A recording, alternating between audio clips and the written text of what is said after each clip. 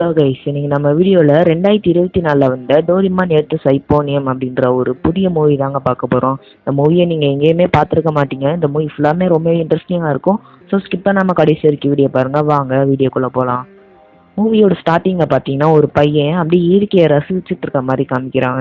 So அப்போ பார்த்தீங்கன்னா வானத்தில் இருந்து ஒரு ஸ்பேஸ்ஷிப் மாதிரி வந்து அந்த பூமியில் வந்து உழுவுது. ஸோ அந்த பையனும் அங்கே உள்ள ஊர் மக்களும் அந்த ஸ்பேஸ்ஷிப்பில் என்ன இருக்குது அப்படின்னு போய் பார்த்தா அங்கே ஒரு குழந்தையும் பக்கத்தில் புல்லாங்குழலும் பார்த்தீங்கன்னா இருக்குது.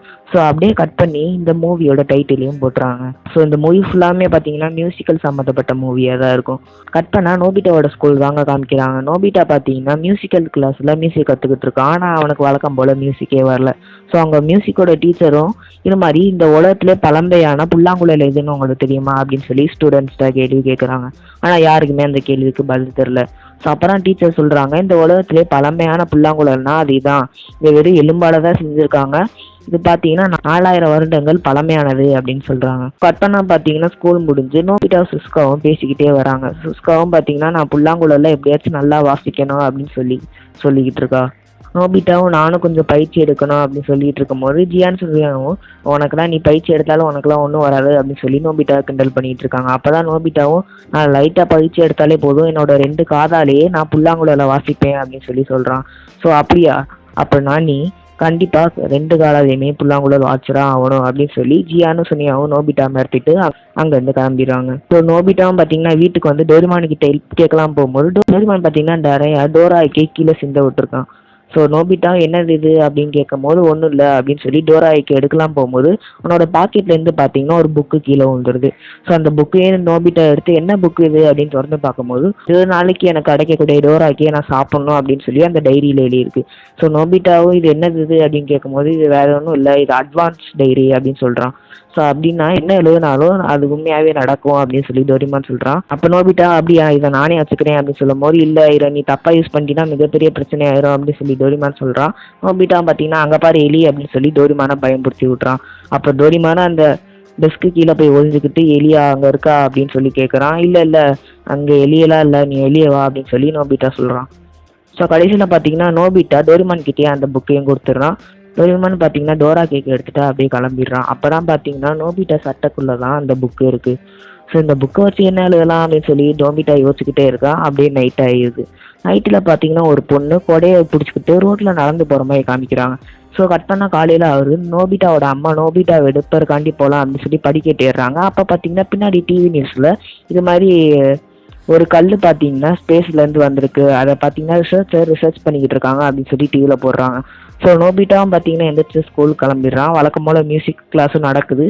ஆனால் அப்போ தான் பார்த்தீங்கன்னா நம்ம சார் உள்ளே வந்து பார்த்தீங்கன்னா இது மாதிரி மிஸ் உங்களுக்கு வந்து உங்கள் ஃபேமிலியிலேருந்து ஒரு ஃபோன் கால் வந்திருக்கு, நீங்கள் உடனே ஆகணுமா அப்படின்னு சொல்லி இந்த சாரும் பார்த்தீங்கன்னா டீச்சரை அனுப்பிச்சி விட்றாரு. சார் வந்து இது மாதிரி உங்களுக்கு ஃபஸ்ட்டு பீரியட் ஃப்ரீ தான் அப்படின்னு சொல்லி சொன்னோடனே எல்லா பசங்களும் வெளியே போய் ஜாலியாக விளையாட ஆரம்பிச்சிடுறாங்க. அப்போ தான் நோபிட்டா லைட்டாக சிரிச்சுக்கிட்டு ஓ இதான் இந்த டிவைஸோட பேட்டியா அப்படின்னு சொல்லி டைரியில் எழுத நேரம் பார்க்குறான். ஸோ இப்போ தான் நம்மளுக்கே புரியுது நோபிட்டா தான் இது மாதிரி வேலையை பார்த்துருக்கான் அப்படின்னு. ஸோ கட் பண்ணால் பார்த்தீங்கன்னா ஜியான் பல்லு வலியில் உட்காந்துக்கிட்டு இருக்கான். ஸோ சுனியா வந்து என்ன ஜியான் உனக்கு என்ன ஆச்சு அப்படின்னு கேட்கும்போது இல்லை எனக்கு பல்லு வலிக்குது, என்னால் பாட முடியல அப்படின்னு சொல்லி ஜியான் சுனியா கிட்ட சொல்கிறான். அப்போ சுனியாவும் பாட முடியலையா, அப்போ இது ஒரு நல்ல விஷயம் தானே அப்படின்னு சொல்லி சொன்னோடனே ஜியான் போடுன்னு போட்டு அங்கேருந்து கிளம்பிடுறான். ஸோ கட் பண்ணால் பார்த்தீங்கன்னா டோரிமானை தாங்க காமிக்கிறாங்க. டோரிமானுக்கு பார்த்தீங்கன்னா இன்னமும் ஆசாடங்களா நம்ம இன்னும் டோராய்க்கு வாங்கி அந்த புக்கில் எழுதி நம்ம சாப்பிட்லாம் அப்படின்னு சொல்லி அந்த டைரியை பார்க்குறான். அந்த டைரியை பார்த்தா ஒரு சாதாரண டைரி தான். அப்புறம் டோரிமானுக்கு புரியுது நோபிட்டா நம்மளை ஏமாட்டிட்டான் அப்படின்னு. அதுவும் பார்த்தீங்கன்னா டோரிமானோட அம்மா கூப்பிட்ற மாதிரி சத்தம் கேட்குது. டோரிமானு கீழே இறங்கி போய் என்னன்னு பார்த்தா இந்த டிவி பார்த்தீங்கன்னா சரியாக ஒர்க் ஆகாமல் இருக்குது. ஸோ டோரிமானு இது ஏதோ தப்பாக இருக்கே அப்படின்னு சொல்லி அங்கேருந்து கிளம்பிடுறான். ஸோ கட் பண்ணால் பார்த்தீங்கன்னா அந்த ரிசர்ச்சர் தான் நம்ம காமிக்கிறாங்க. அதாவது காலைல டிவியில் சொன்னாங்களா அதை தான் நம்ம காமிக்கிறாங்க. இந்த கல் பார்த்தீங்கன்னா ஒரு ஜெல்லி மாதிரி மாறி அந்த ஜெல்லி 2 ஜெல்லியாக மாறி அது பார்த்தீங்கன்னா அந்த ரேடியோ இருக்கும்ல அது மேலே அப்படியே போய் ஒட்டிக்கிட்டு அந்த ரேடியோவை ஒர்க் ஆகாமல் பண்ணிடுது. ஸோ இது என்னன்னு தெரியல, நம்ம கடைசியில் பார்க்கலாம். ஸோ கட் பண்ணால் பார்த்தீங்கன்னா நோபிட்டா சுசுகாவும் பேசி முடிச்சுட்டு நோபிட்டா போகும்போது டோரிமான் பார்த்தீங்கன்னா கரெக்டாக நோபிட்டாவோட பையில இருந்து அந்த புக்கையும் பிடிங்கிட்டான். என்ன எழுதியிருக்கா அப்படின்னு டோரிமான் திறந்து பார்க்கலாம் போகும்போது உள்ளே மியூசிக்கே இருக்கக்கூடாது அப்படின்னு சொல்லி எழுதியிருக்கு. நீ பண்ணது எவ்வளோ பெரிய தப்பு தெரியுமா அப்படின்னு நோபிட்டா கிட்ட கேட்கும் போது நோபிட்டாவும் அப்படி எனக்கு தெரியாதே அப்படின்னு சொல்லிடுறான். நீ இப்படி எழுதுனனால இந்த உலகத்துல மியூசிக்கை விட்டே போயிருச்சு அப்படின்னு சொல்றான். ஸோ கட் பண்ணா பார்த்தீங்கன்னா இந்த உலகத்துல எங்கேயுமே மியூசிக் இல்லை, எல்லாம் வைலண்ட் அப்படின்ற மாதிரி தான் இருக்கு.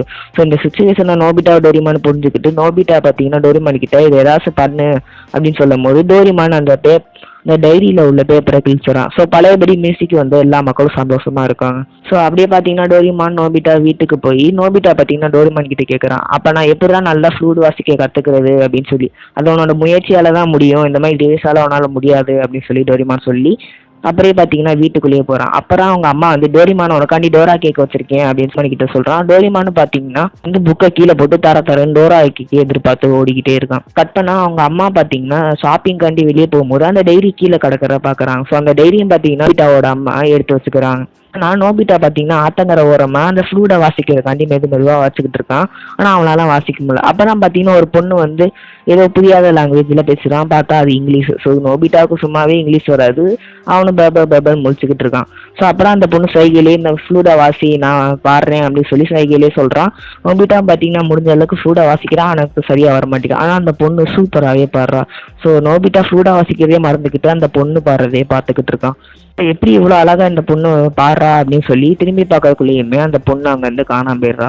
காலையில் அவர் ஜியான், சுனியோ, நோபிட்டா, சுசுகான்னு எல்லாருமே பார்த்தீங்கன்னா ஃபுட் ப்ராக்டிஸ்க்காண்டி ஒரு ஆத்தங்கர ஓரமாக அங்கேருந்து ப்ராக்டிஸ் பண்ணிக்கிட்டு இருக்காங்க. ஸோ ப்ராக்டிஸ் பண்ணும்போது நோபிட்டாவுக்கு சரியாகவே வரல. அவனும் வருத்தப்படுறான், நம்மளுக்கு இந்த மாதிரி வாசிக்கிறதுக்கு வர மாட்டேங்குதே அப்படின்னு சொல்லி. திரும்பவும் எல்லாருமே சேர்ந்து வாசிக்கும் போது பின்னாடி பார்த்தீங்கன்னா அந்த பொண்ணு லான்னு பாடிக்கிட்டு இருக்கா. பொண்ணா இவன் நான் நேற்று பார்த்தேன் அப்படின்னு நோபிட்டா சொல்கிறான். ஸோ அந்த பொண்ணும் பாட அவங்க எல்லாருமே ஃப்ளூடும் வாசிக்க ஆரம்பிக்கிறாங்க. அப்புறம் பார்த்தீங்கன்னா டோரிமானும் கரெக்டாக வந்து அவங்களுக்கு தேவையான கேஜெட் இது மாதிரி அவங்கள உற்சாகப்படுத்துறது, சைடில் மியூசிக் போடுறதுன்னு உங்களுக்கு தேவையான விஷயத்தெல்லாம் பார்த்தீங்கன்னா அந்த டிவைஸ் எல்லாம் கொடுத்துக்கிட்டே இருந்தான். ஸோ கடைசியில் பார்த்தீங்கன்னா இந்த மியூசிக் முடிஞ்சு எல்லாரும் கேட்க ஆரம்பிக்கிறாங்க, இந்த பொண்ணு எப்படி இவ்வளோ நல்லா பாடுது அப்படின்னு சொல்லி. அப்புறம் பார்த்தீங்கன்னா ஜியானும் சரி நானும் பாட ஆரம்பிக்கிறேன்டா அப்படின்னு பாடலாம் போகும்போது அப்போ சுனியா வந்து இது மாதிரி வேணாப்பா ஜியான், நீ பாட வேணாம் அப்படின்னு சொல்கிறான். ஏன்பா அப்படின்னு ஜியான் சுனியா கிட்டே கேட்கும்போது, இல்லை இங்கே கம்மியான பேர் தானே இருக்கும், நிறைய பேர் இருக்கும்போது நீ நல்லா பாடு அப்படின்னு சொல்கிறான். ஸோ இவங்கெல்லாம் பேசிக்கிட்டு இருக்கும் போதே அந்த பொண்ணு பார்த்தீங்கன்னா தெரியும் பார்த்தீங்கன்னா காணாம போயிடுறா. இப்போ ஜியான் சொல்கிறான், நான் பாடலாம் நினச்சேன், அந்த பொண்ணு போயிடுச்சு, இல்லை அந்த சுனியை பார்த்த வேலை தான் அப்படின்னு சொல்லும்போது, ஆமாம் நான் மட்டும் அப்படி சொல்லலைன்னா இந்நேரம் எல்லாரும் செத்தே போயிருப்போம் அப்படின்னு சொல்லி சுனியா சொன்னோடனே ஜியான் பார்த்தீங்கன்னா சுனியாவை பறக்க விட்றான். ஸோ அப்போ தான் ஜியான் முன்னாடி பார்த்தீங்கன்னா அந்த புல்ல வந்து ஏதோ கிரியேச்சர் மாதிரி வெளியேற ஆரம்பிக்குது. ஸோ ஜியானும் அதை என்ன அப்படின்னு போய் பார்க்கும்போது அது பார்த்தீங்கன்னா சாம்பல் ஆயிடுது. ஸோ ஜியான் அதை தொடும் போது கையிலேயே ஒரு மாதிரி ஒட்டிக்கிது. உடனே அவன் பேண்ட் பாக்கெட்டில் வச்சு அப்படியே தேய்ச்சிடுறான். எல்லாரும் பார்த்தீங்கன்னா அவங்கவுங்க வீட்டுக்கு கிளம்ப ஆரம்பிச்சிடறாங்க. டோரிமானும் நோபிட்டாவும் பார்த்தீங்கன்னா வீட்டுக்கு வந்துடுறாங்க. ஸோ வந்தோடனே கதவுக்கு பக்கத்தில் அந்த லெட்டர் பாக்ஸில் பார்த்தீங்கன்னா ஒரு லெட்டர் இருக்குது.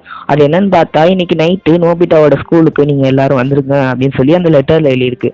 ஸோ அப்புறம் கீழே பார்த்தீங்கன்னா ஒரு சிம்பிள் மாதிரி இருக்குது. அந்த சிம்பிளில் என்ன இருக்குன்னு பார்த்தா, அந்த பொண்ணு இருந்துச்சுல அந்த பொண்ணோட ட்ரெஸ்ஸில் உள்ள சிம்பிள் தான் இதுலேயுமே இருக்குது. ஸோ அவங்க புரிஞ்சுக்கிறாங்க இந்த பொண்ணு தான் இது மாதிரி நம்மளை வர சொல்லியிருக்கா அப்படின்னு சொல்லி.